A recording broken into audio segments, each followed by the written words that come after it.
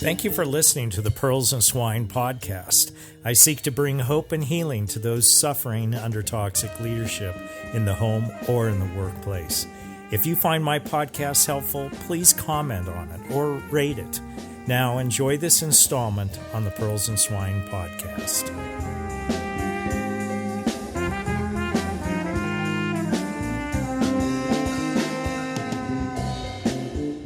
Spending time with researchers on bad leadership from around the world this past week was a helpful, eye-opening, and really enjoyable experience.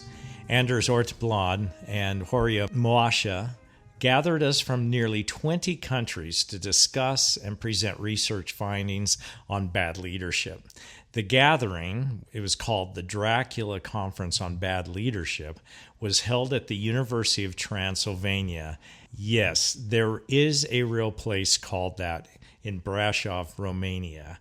Dracula, given that name by Irish novelist Bram Stoker, was actually Vlad the Impaler, a former ruler in the Transylvania region of Romania, a very picturesque location in the mountains. Vlad was actually a hero to Romanians as a law and order guy who also repelled the Ottoman army from the Romanian homeland. He was also rather ruthless. This distinction was a model to some researchers who are looking at bad leadership from the subjective eye of the beholder perspective. Some see Vlad as evil, mostly those of us who only know him from the novelist Stoker's vantage point, Dracula, the blood-sucking vampire, but others see him as a hero.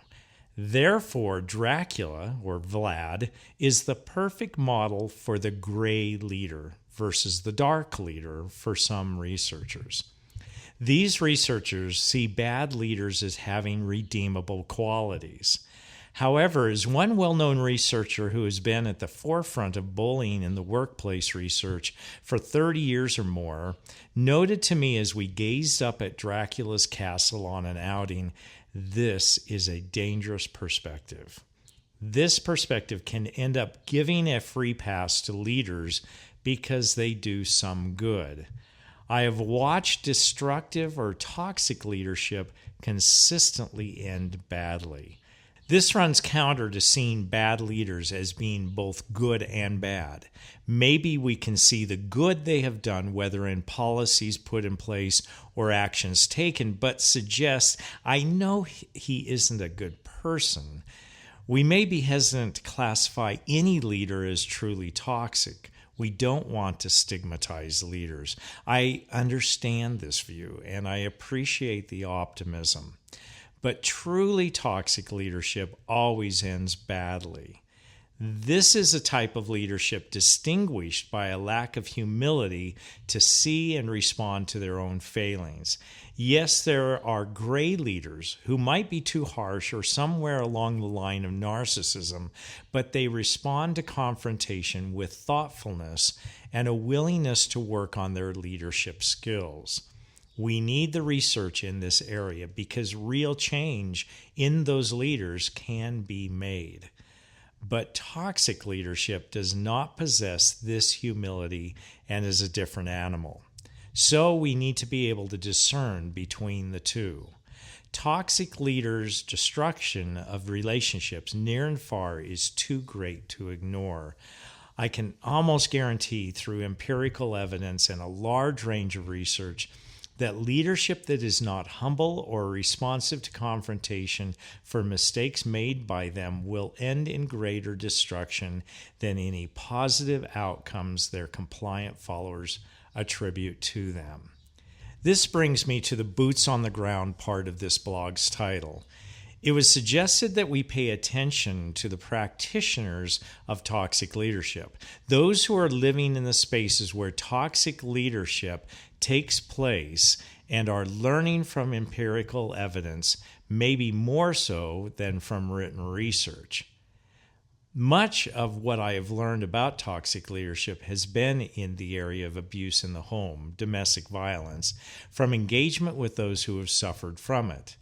When I shared with one new friend at the conference that my entry to this field was through a combination of domestic violence and leadership abuse, they noted that researcher Bennett Tepper made the same connection nearly 30 years ago. There was pushback at that time. According to this researcher, because Tepper had not made the connection through research clear between domestic violence and leadership abuse dynamics, he largely took it for granted, supposedly. In my 10 years of interviews and research, there is no doubt whatsoever that there is a very clear connection between the dynamics and psychology of abuse in the home and workplace. It is for that reason that I nearly always connect the two in my own writing. Much of my early research was specifically in domestic violence, as I sought to understand what and why toxic leaders were thinking and acting the way they did. This connection is not to say that an abuser in the home also abuses in the workplace. That is not the connection I am making. It is that the intent of the leader in the workplace and the abuser in the home is the same. He or she believes that he or she is entitled to be at the top of the pecking order and controls others in order to maintain that position. The tactics these abusive individuals use may be different at home and in the workplace, but those tactics have the same goal. Therefore, it is helpful to study domestic violence to understand workplace abuse. Getting back to the earlier part of the blog, the abusive partner or leader's perspective is wicked and evil. It is self-centered, it is selfish, and it is oppressive to those under their thumb. If you spend any time with boots on the ground or have spent any time as the target of an abusive leader, you will at least to some degree understand how truly wicked it is. The stories of illnesses, physical, emotional, and spiritual, created by these leaders should stop anyone from making light of it or suggesting toxic leaders in any way gray. We must make a distinction between these types of leadership.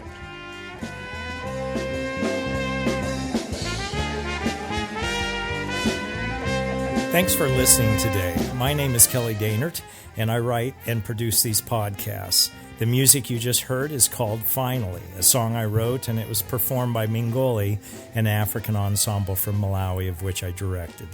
Please rate my podcast if you found it helpful. It will help get the word out to others. Have a great day.